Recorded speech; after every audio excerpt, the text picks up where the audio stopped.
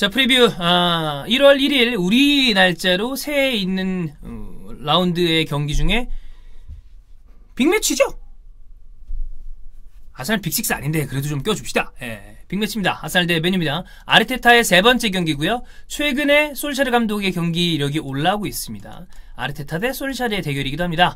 에미리츠 스타디움 아스날의 홈 경기, 아르테타의 두 번째 홈 경기고요. 주심은 크리스 카바나, 이름이 약간 생소할 수 있습니다. 왜? 떠오르는 신진 씨이기 때문이죠. 경기 잘 못 봅니다. 파울을 잘 못 봐요. 이 사람은 잘 진짜 못 봅니다. 놓치는 게 수두룩합니다. 조심해야 됩니다. 둘 다. 그때 우리가 좀 별개 얘기는 크랙퍼슨 숨겨진 씹사라고 그랬잖아요. 예, 잘 알려져 있지 않은 아스날 팬들 입장에서는 이 조르지니오 토레이라 얘기가 나오겠지만 반대로 첼시 팬 입장에서는 그 얘기 나올 수 있다. 규행두지와 그 다음에 타미 아브라함, 이거 규행두지 파울이에요. 픽해 줄 수 있는 장면이었습니다. 그러니까 이런 주심들이 나오면 두 팀 팬들이 불쌍한 거예요. 짜증이 나는 거죠. 예. 자, 경기 내용 들어가 보죠. 최근 성적. 자, 일단 아르테타가 부임한 다음에 본머스전 무승부, 첼시전 패배, 두 경기에서 1무 1패. 사실 경기 기록만 놓고 보면 좋지 않습니다. 60년 만에 홈 4연패 중입니다. 굉장히 안 좋은 기록이죠. 승점 23점으로 리그 12위. 이번 시즌 유로파 이런 거 필요 없습니다. 내년 유로파 안 나가는 게 나을 수도 있어. 자, 그냥 아르테타가 원하는 축구 쭉 지켜봐 주는 것만으로도 큰 문제가 아닐 것이다. 계속 지켜보고 응원해 줄 필요가 있습니다. 자, 맨유 최근 리그 2연승 중입니다. 에버튼 와포드에게 이 1대1 무승부, 그 다음에 0대2 패배를 했죠. 그 다음에 2연승을 했습니다. 뉴캐슬 번리를 상대로 모두 다 승리를 했죠. 승점 31점, 리그 4위, 5위에요. 죄송합니다. 이거 5위에요. 자, 5위인데 4위 첼시랑 4점 차. 근데 4점 차라는 걸 여기다 또 마음이 급해가지고 이렇게 썼네요. 5위. 많이 따라서 맞죠? 계속 가시권 안에 있다 보면 될 것 같습니다. 자, 기록들을 볼까요? 리그 최근 맨유전 3경기 무패인데 1승이 무패긴 무패입니다만 별로 좋진 않죠. 무승부가 많잖아. 예.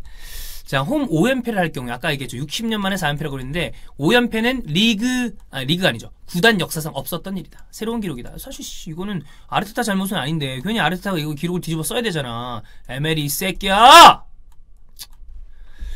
자, 가봉맨 컵대 포함해서 맨유전 3경기, 이거 FA컵이 하나 있을 거예요. 3경기 연속골이 기록을 하고 있는데 똑같이 3경기 연속골이 기록했었던 아스날 선수는 2001년도쯤에 앙리가 3경기 연속골이 기록한 바가 있습니다. 맨유전에. 자, 지금 이안 맥게리 같은 영국 저널리스트들이 무슨 얘기를 하고 있냐면 아마 지금 이게 업로드되는 순간에는 다른 뉴스가 업데이트가 될 수도 있겠는데 제가 지금 녹화를 하고 있는 기준으로는 가봉맨 2월 이적 시장에 이적 요청을 했다. 이런 얘기가 나오고 있으면 올 것이 온 거죠. 이거 욕할 생각 없고요. 두 가지 의견이 있습니다. 아까도 그때 지난번에 저희가 유튜브에서 말씀드렸죠. 두 가지인데, 자, 이적 절대 시키지 않고 무조건 남긴다. 그 다음에 프리로 내보낸다. 혹은, 아니다. 지금은 돈을 쟁여놓고 아르테타가 원하는 선수를 사줘야 할 때다. 가봉맨, 어쩔 수 없다. 내보내야 된다. 두 가지. 그리고, 판다는 쪽으로 이렇게 왔을 때 또 다른 종류의 두 가지 옵션이 생기는데, 야, 라카제트드랑 가봉맨 중에 하나를 팔아야 돼. 누구를 팔아야 되냐? 이가 나와 있어요. 그러니까 이것도 의견이 갈려요. 라카제트 최근에 못합니다. 야, 가봉맨이 지금 에이스잖아. 가봉맨을 남겨야지. or 돈 되는 건 가봉맨이야. 가봉맨을 팔아야 되지 않겠니? 저는 솔직히 모르겠습니다. 근데 둘 중에 하나가 나갈 것은 분명해 보여요. 오바메양 못 잡죠. 지금 성적인데. 그리고 오바메양은 항상 좀 뭐라 그럴까, 되게 웃는 상이라 불만이 없는 것 같은데 이 선수가 또 독특한 멘탈이에요. 그러니까 뭐 가봉맨을 욕하자는 게 아니라 이 선수 좀 자유로운 영혼이야. 용병 느낌이기 때문에 이건 나갈 가능성이 충분히 있다. 그렇습니다. 뭐 가봉맨 정도면 찾는 팀 많을 테니까. 자, 맨유 보겠습니다. 아스날 리그 원정 최근 4전 1승 3패. 맨유가 아스날 원정에서 이렇게 안 좋았던 적은 되게 막 맨날 이기고 그랬었던 것 같은데 최근에 조금 안 좋았었군요. 자, 솔샤르 부임한 다음에 직후에 이제 비정규직일 때 쫙 좋았었잖아요. 그 다음에 제대로 좀 자리를 잡은다면 3연승 이상은 없다. 2연승을 하고 있기 때문에 만약에 이 경기에서 이겨서 3연승을 한다 그러면 솔샤르는 약간 탄력을 완전히 받을 수 있는 그런 상황이라는 거죠. 마커스 래시포드 리그 20경기에서 12골 4개 도움, PK 4개이기 때문에 8골, 주원이 형 박 때려야죠. 4골 남았습니다. 무조건 충분히 넣을 수 있습니다. 그러나 래시포드가 아스날과 경기 최근 7경기에서는 득점이 없는 상황이다. 이렇게 볼 수 있습니다. 자, 부상 팀이슈 보겠습니다. 아스날 부상 선수가 저었나 많죠. 체인버스 지난 경기에서 무릎 부상을 당했는데 좋지 않아 보입니다. 제대로 된 좀 자세한 스캔 결과는 안 나왔는데 장기 부상이 될 왠지 불안해. 로폴딩 무릎 부상이죠. 소크라티스 뇌진탕 증세가 있습니다. 센터백 제대로 된 선수 루이스 하나 남았습니다. 마브로파노스가 있는데 안 쓰고 싶죠. 자, 콜라시니악 부상, 티어니 부상, 왼쪽 전면 사카가 나올 거고요. 오른쪽 벨레린 부상, 그래서 나일스가 최근에 나오고 있죠. 마르티넬리 부상, 세바요스 부상. 그런데 다행히 벨레린, 마르티넬리, 세바요스, 홀딩이 모두 다 복귀할 가능성이 있다고 하고요. 지난 경기 그라니트 자카가 이제 질병 때문에 못 나왔다 이런 얘기를 했거든요. 뭐 진짜인지 아닌지 저는 여전히 모르겠습니다만 아르테타 인터뷰상으로는 번모스전이 끝나자마자 많이 아팠다. 그래서 뺀 거다라는 이야기를 하고 있거든요. 뭐 자카에 대한 이야기는 이따 뒤에 출입이 포인트에서 얘기하도록 하겠습니다. 어쨌든 5선수가 모두 다 복귀할 가능성이 있다. 제가 지금 가장 필요로 하는 선수 바로 이 선수입니다. 아니다. 이 선수입니다. 왜 그런지 얘기해 볼게요.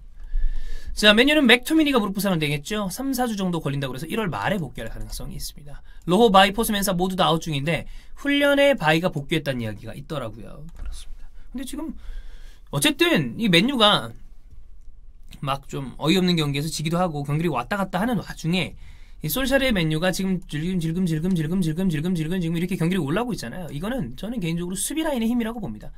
뭐 실수가 이번에 지난 어디였어? 와포드랑 경기였었나? 실수 하나 나왔잖아. 어쨌거나 그래도 대야는 대야고 완비사카 잘 섰잖아요. 맥과이어 좋잖아요. 린델레프 적응됐잖아요. 어느 정도. 가끔 좀 문제가 있어서 그렇지. 이런 거 생각하고 브랜던 윌리엄스 젊은 애 있잖아요. 그러니까 수비가 안정되죠? 그러면 결과적으로 어느 정도 경기력은 따라 붙는다. 이런 모양이 아닌가 싶습니다. 자, 포인트를 봐야죠. 자, 아스날 자카 기억 여부. 많은 분들이 저 영상 2개를 통해서 니네 법인 이름이 랩 추종인인 이유가 네가 추종인이었기 때문이구나 라고 이야기하시는 분이 있습니다. 자, 제가 굉장히 추접한 모습 보였다는 거 인정하겠습니다. 근데 이제 무슨 이야기였냐면 지난번에도 얘기했지만 이전까지 아스날은 최소한의 롤 부여도 없었고요. 공간 배분도 없었습니다. 막 뛰어댕겼어요.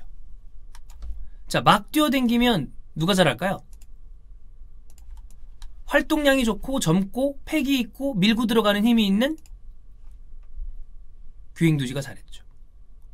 근데 계속 말씀드리면 아르테타가 부임한 다음에 지금은 최소한의 대형이 생겼고요. 최소한의 빌더 패턴이 제대로 생겼고요.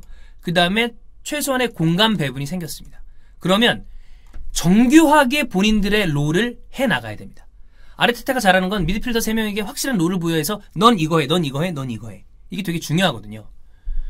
그래서 잘 됐던 본머스전 물론 자카가 첼시전에 나오면 더 털렸을 수도 있어요. 왜?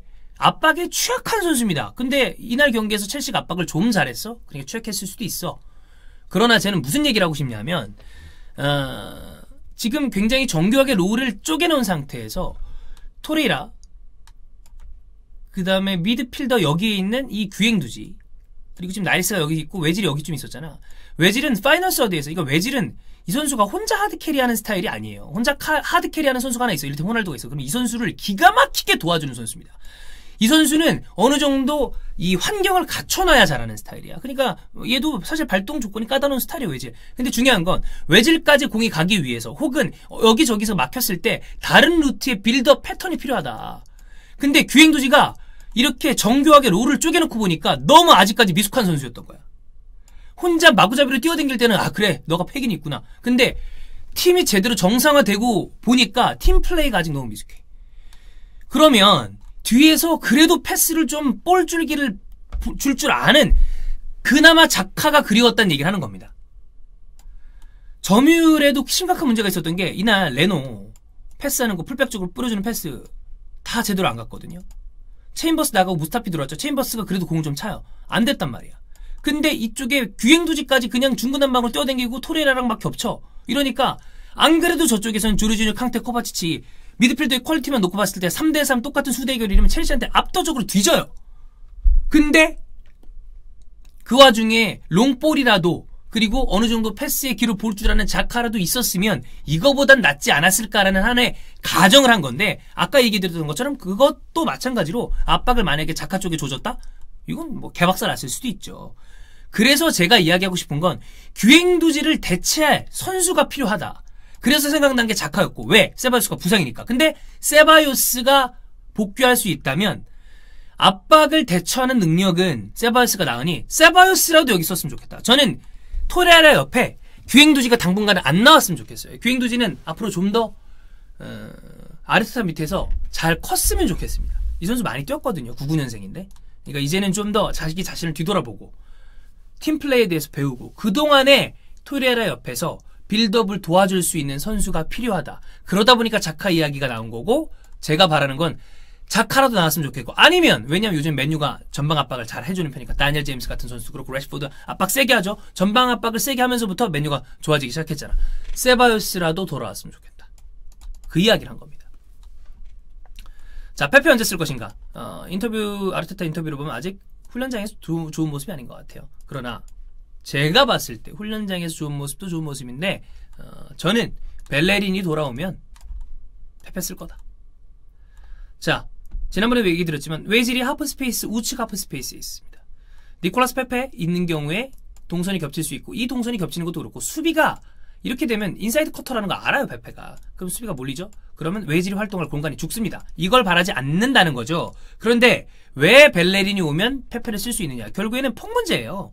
되게 쉽게 생각하면 되는데 지금 아르테타는 폭을 넓히고 있습니다. 사카 왼쪽 폭을 넓히고 있고요. 그 다음에 오른쪽에 리스 넬슨 폭을 넓히고 있습니다. 그래야 공간이 생기거든. 인사이드 윙포워드를 쓰고 있는 오바메양이 들어갈 수 있는 공간이 생기고요. 라카제트가 등져주고 버티면 이 공간에서 활동할 수 있는 외질이 있는데 왜냐하면 지금 메이틀랜드 나이스는 미드필더 싸움을 도와줘야 돼요. 뒤에서. 오버래핑을 활발하게 나갈 수 있는 정도의 전문 풀백도 아니야. 그런데 오른쪽에 벨레린이 들어와서 오버래핑을 한다. 그러면 폭이 생겨.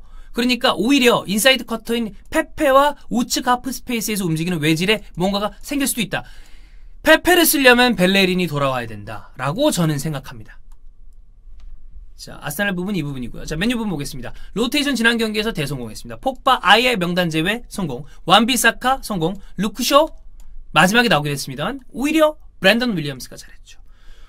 충분한 휴식을 했는데 여기 부상 덩어리죠. 저는 맨유가 스쿼드적으로 봤을 때 굉장히 괜찮은 이 바이오 리듬과 에너지 레벨을 유지하고 있을 것이다. 이런 생각이 듭니다. 폭바가 나왔을 때 아쉬운 거는 맥토미니가 부상이라는 거.